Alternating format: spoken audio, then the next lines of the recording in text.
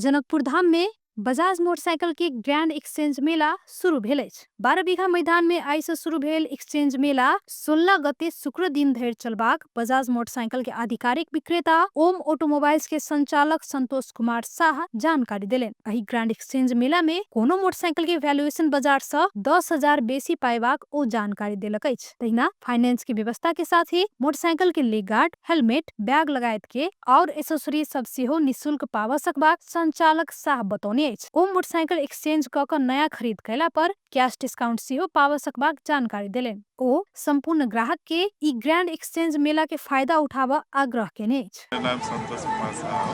म जनकपुर ओम ऑटोमोबाइल्स बजाजबाट हो।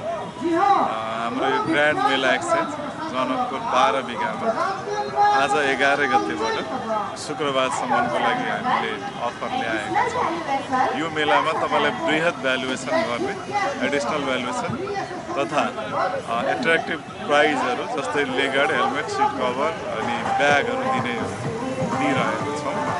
र आजको जुन यो एक्सचेन्ज हेरेर हामी उत्साहित छौँ।